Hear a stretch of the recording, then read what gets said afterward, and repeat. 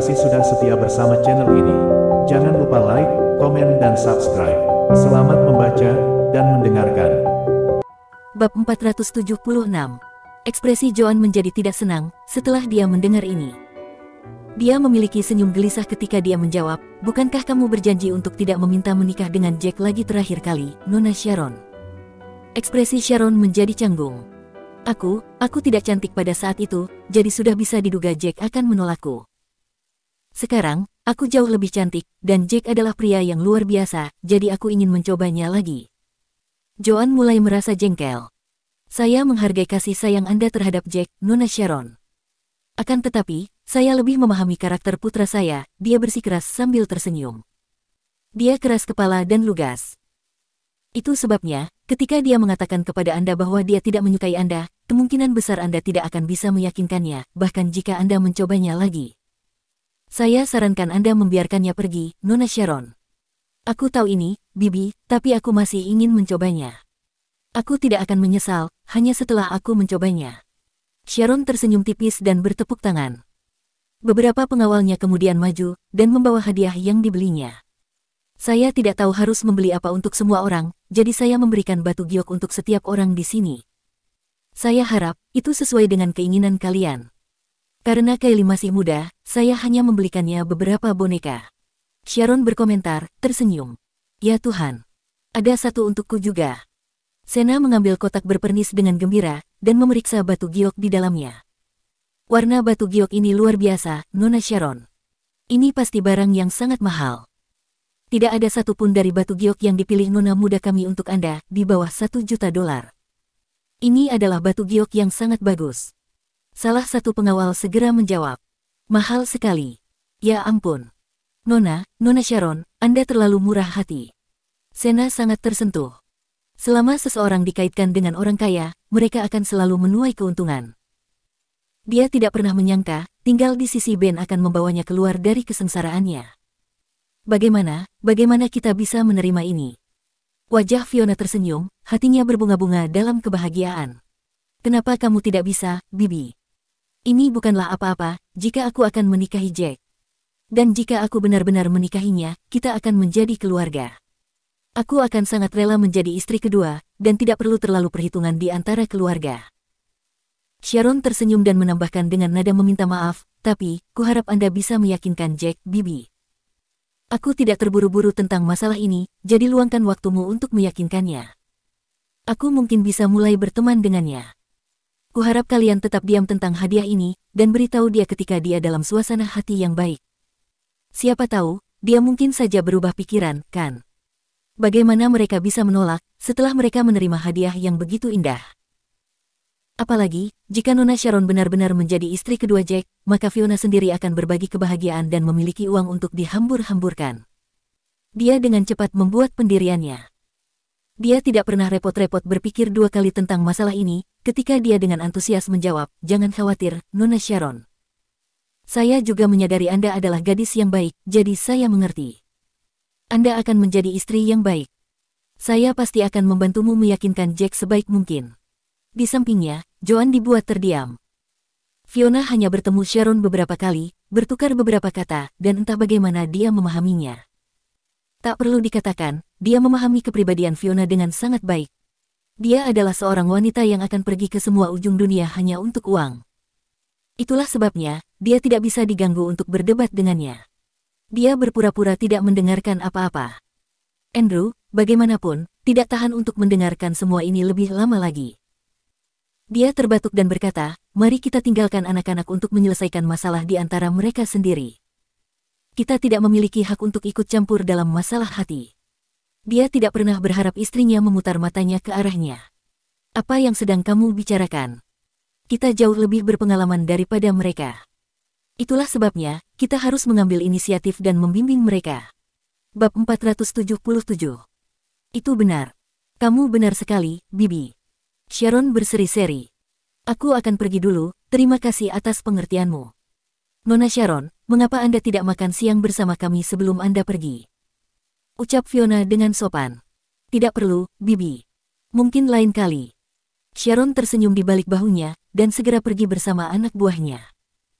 Serius, apakah kamu sangat membutuhkan uang? Andrew mendengus marah setelah Sharon pergi. Jack adalah menantu laki-lakimu, dan siapa yang menemukan istri kedua untuk menantu laki-laki mereka? Kamu mungkin orang pertama dalam sejarah umat manusia yang melakukannya. Apa yang kau tahu? Ekspresi Fiona tiba-tiba berubah menjadi dingin. Aku akan memberitahu gadis lain yang ingin menjadi istri kedua Jack untuk nyahlah, tapi wanita ini berbeda. Dia adalah Nona Sharon, pewaris tunggal keluarga George. Dia berhenti di sini sebelum melanjutkan, pikirkanlah, keluarga George adalah salah satu dari 4 keluarga besar di sini. Hanya ada 4 keluarga bangsawan kelas 1 di seluruh Eastfield, dan mereka adalah salah satunya. Mereka pasti mempunyai banyak uang. Dan begitu juga, Sharon sangat cantik sekarang, dan dia bersedia menjadi istri kedua Jack, bahkan dengan status sosialnya. Bagaimana kita bisa menolak seorang gadis seperti itu? Benar-benar bodoh untuk menolaknya. Dan kamu bilang kamu tidak butuh uang. Sepertinya kamu sangat serakah. Andrew berjalan ke samping dan duduk di bangku batu. Dia mengeluarkan sebatang rokok dan menyalakannya, ekspresinya berubah menjadi kekecewaan. Sebagai ayah Selena, dia tidak ingin putrinya berbagi pria dengan orang lain. Lebih jauh lagi, Jack telah menjelaskan, dia tidak menyukai Sharon. Bagaimana mereka bisa mencoba memasangkannya? Itu benar, Fiona. Tidak perlu bagi kita untuk ikut campur dalam urusan anak-anak kita. Biarkan mereka menyelesaikannya di antara mereka sendiri. Lagi pula, anakku sudah bisa menghasilkan uang sekarang. Kita akan memiliki kekayaan kita sendiri, dalam waktu 1 atau 2 tahun. Joan akhirnya berkomentar, tidak bisa menahan diri lagi. Kita memiliki kesempatan untuk masa depan yang cerah sekarang. Tidak ada seorang pun yang waras, akan menolak uang sebanyak itu. Tahukah kamu, berapa penghasilan keluarga George? Selain itu, mereka tidak memiliki seorang putra, jadi Sharon akan mewarisi seluruh bisnis keluarganya. Dia akan mendengarkan apapun yang dikatakan oleh Jack. Bukankah itu berarti bahwa, uang itu praktis milik Jack setelah orang tuanya meninggal? Kamu pikir saya hanya memikirkan uang? Saya hanya memikirkan semua ini, untuk kebaikan anakmu sendiri. Fiona melipat tangannya di dada, senyum dingin di wajahnya, saat dia berbicara dengan Joan. Benar, kenapa aku tidak memikirkan itu? Mata Ben berbinar. Dengan asumsi bahwa Jack benar-benar menikahi Sharon, dan keluarga George tidak memiliki pewaris lain untuk kekayaan mereka, dia pasti akan mendengarkan semua yang dia katakan. Mengingat dia sangat menyukai Jack, dengan itu, Jack akan mengendalikan setiap bisnis keluarga George. Mereka adalah keluarga bangsawan kelas 1. Memikirkan uang mereka saja hampir membuatnya menjadi gila. Meskipun, ini adalah skema dalam jangka panjang, itu akan memberikan imbalan yang tak terbayangkan kepada mereka di masa depan. Bibi, kamu harus mendengarkan ibuku tentang ini. Bukan hanya ibuku yang perlu meyakinkan, kamu harus membantu meyakinkan anakmu juga. Dia selalu mendengarkanmu. Nasihatmu akan berpengaruh besar padanya. Ben mulai membujuk Joan, setelah mendengar apa yang dikatakan ibunya. Bab 478. Duo ibu dan anak ini menempatkan Joan dalam situasi yang sulit. Aku akan mencoba yang terbaik, katanya acuh tak acuh. Akan tetapi, pendapatnya adalah miliknya sendiri. Kita tidak bisa memaksanya untuk melakukan apapun yang tidak dia sukai. Itu benar, Joan. Itu baru semangat. Kita tidak bisa mengendalikan hatinya, tapi kita pasti bisa mencoba yang terbaik untuk menasihatinya, untuk memutuskan apa yang terbaik baginya. Wajah Fiona kembali tersenyum cerah, melihat Joan ada di pihak mereka sekarang. Dia bahkan memanggil nama wanita lain dengan penuh kasih. Joan hanya tersenyum dan terus mengabaikan Fiona. Pada saat ini, di sebuah aula di markas klan Elang, lebih dari selusin pria duduk bersama. Semuanya adalah eksekutif dari klan Elang. Salah satu pria paruh baya memiliki ekspresi gelap di wajahnya. Dia tetap diam sambil merenung beberapa saat sebelum memulai, orang-orang kita telah kembali. Sayangnya, 300 orang yang mati di hutan di pinggiran kota tadi malam, adalah orang-orang kita. Tak satu pun dari orang-orang itu selamat. Baldi adalah salah satu dari mereka. Apa? Baldi juga telah mati. Wanita lain begitu ketakutan, sehingga semua warna terkuras dari wajahnya. Dia juga seorang petarung yang terampil, dan dia bersama dengan Baldi dan 2 tetua lainnya, membangun klan Elang dari awal hingga ke puncaknya saat ini. Mereka adalah 4 pejuang klan Elang yang terkenal. Keempatnya adalah pejuang yang sangat kuat. Klan Elang berperilaku lebih kurang ajar dibandingkan dengan klan lain, karena keempatnya. Selama klan Elang memiliki 4 pejuang ini, tidak ada yang mampu menghalangi mereka. Dua tetua lainnya saling bertukar pandang, tatapan mereka dipenuhi dengan keheranan yang sama. Siapa itu?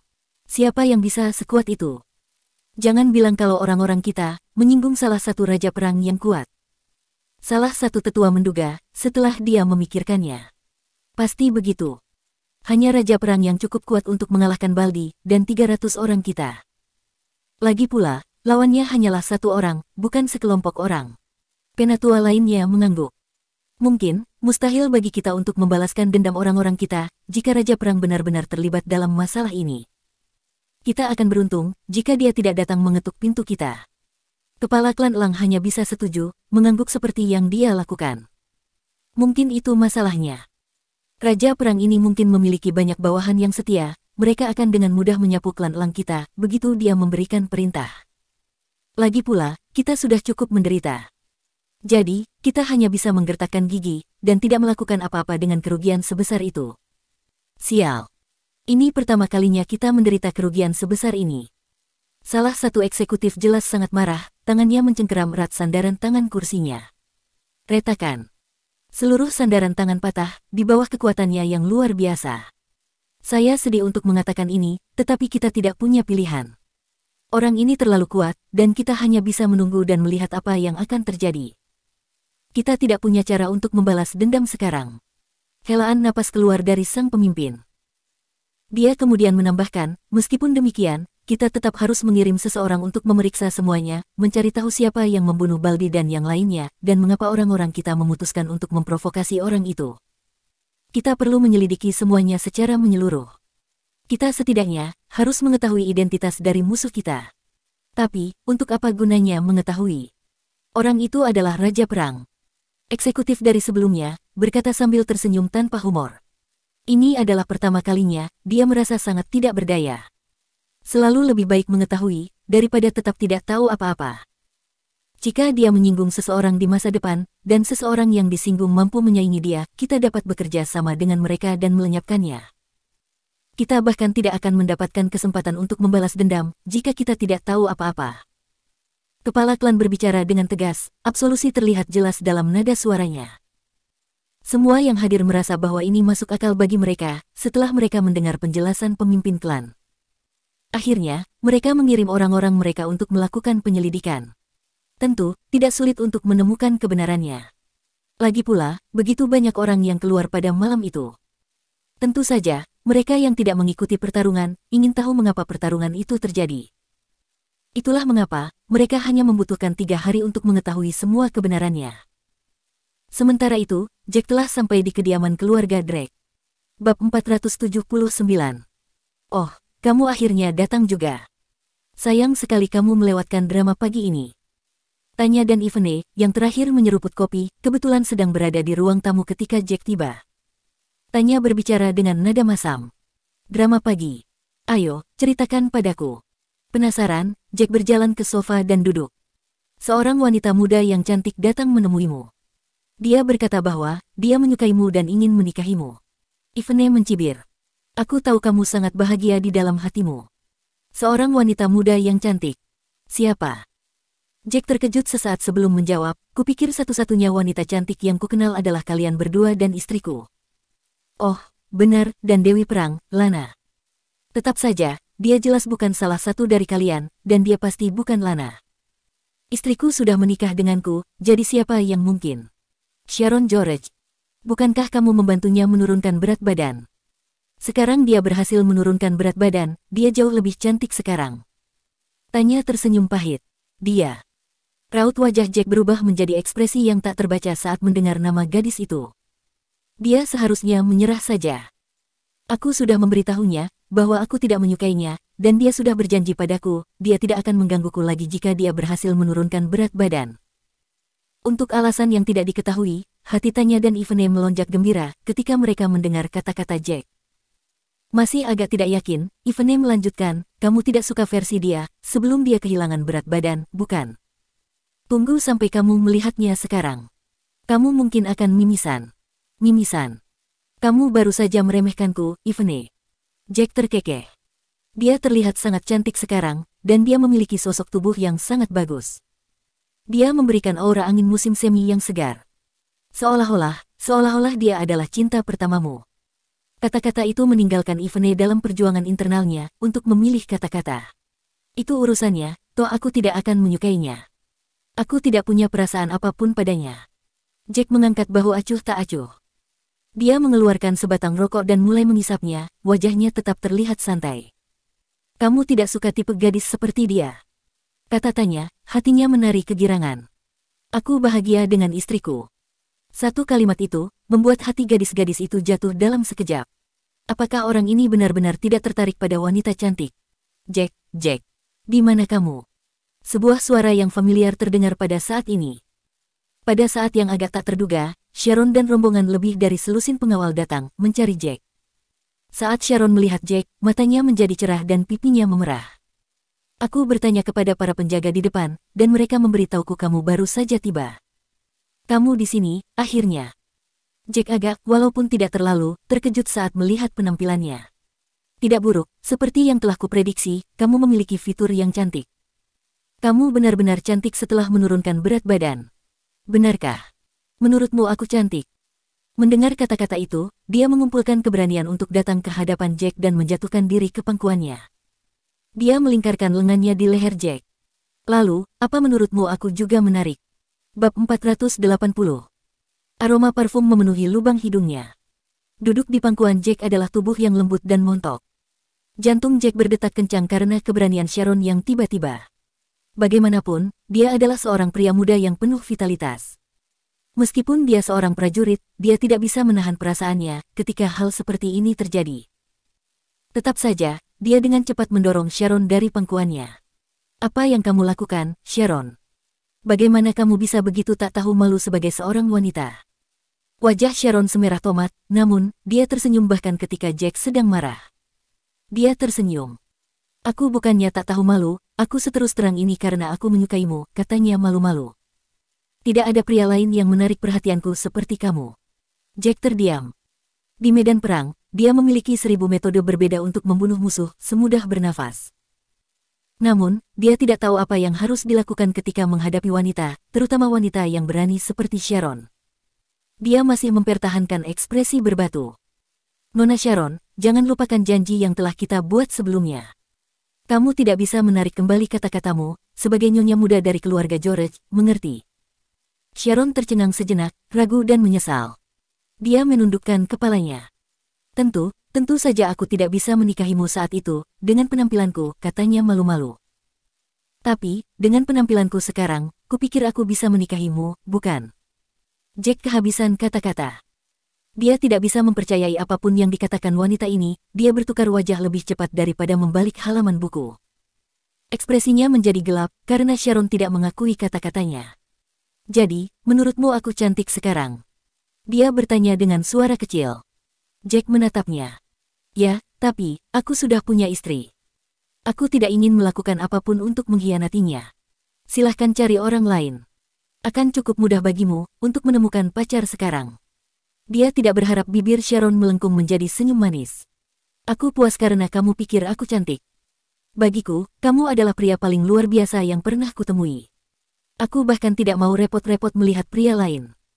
Di sini, Sharon berhenti sejenak sebelum melanjutkan, jangan khawatir, aku tidak akan memaksamu. Aku tahu bahwa kemenangan yang dipaksakan, adalah kemenangan yang pahit. Kita bisa berteman dulu, aku tidak terburu-buru, kita bisa pelan-pelan. Lagi pula, aku masih muda. Jack tidak tahu harus tertawa atau menangis. Kita bisa berteman, tapi jangan bermimpi untuk menjadi yang lain.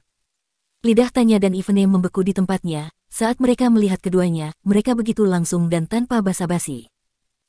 Salah satu dari mereka secara langsung menyatakan cintanya, yang lain secara terang-terangan menolaknya. Sejak kapan masalah hati begitu mudah? Namun, mereka harus memberikan acungan jempol kepada Jack, kemauan pria itu luar biasa. Banyak pria lain yang mimisan melihat Sharon, tapi dia dengan mudah menolaknya. Selanjutnya, Sharon dikangkangi di pangkuan Jack barusan.